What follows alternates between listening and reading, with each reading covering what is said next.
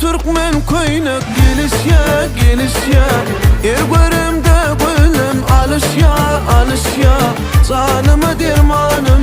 ken bollu görmenim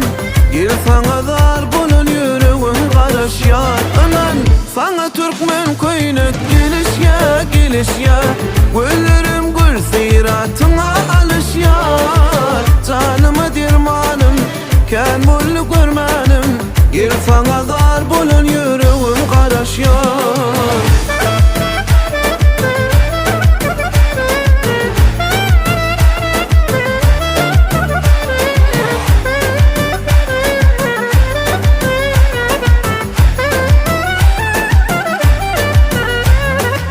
Bağımda gül biter, sana versem yeter Meni arzularıma gel canım til yeter Yüreğim durman, çekmesin arman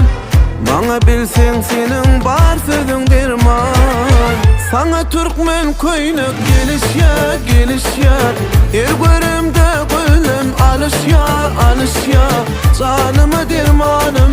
ken bollu görmenim Gel sana dar bulun yüreğin karaş ya Anan sana Türkmen koynak geliş ya Güllerim gül seyratına alış ya Canıma dermanım ken bollu görmenim Gel sana dar bulun yüreğin karaş ya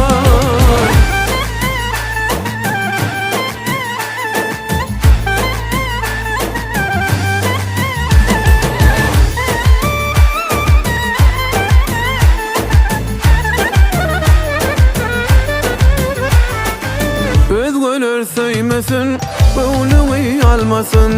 Bizi bir ettin, hiç da ayırmasın Yüreğim durman, çekmesin arman Bana bilsen senin bar sözün derman Sana Türkmen koynak geliş ya Ergörümde gülüm alış ya Canıma dermanım ken bollu görmedim Gel sana dar bulun yüreğin karaş ya Anan sana Türkmen koynak geliş ya Güllerim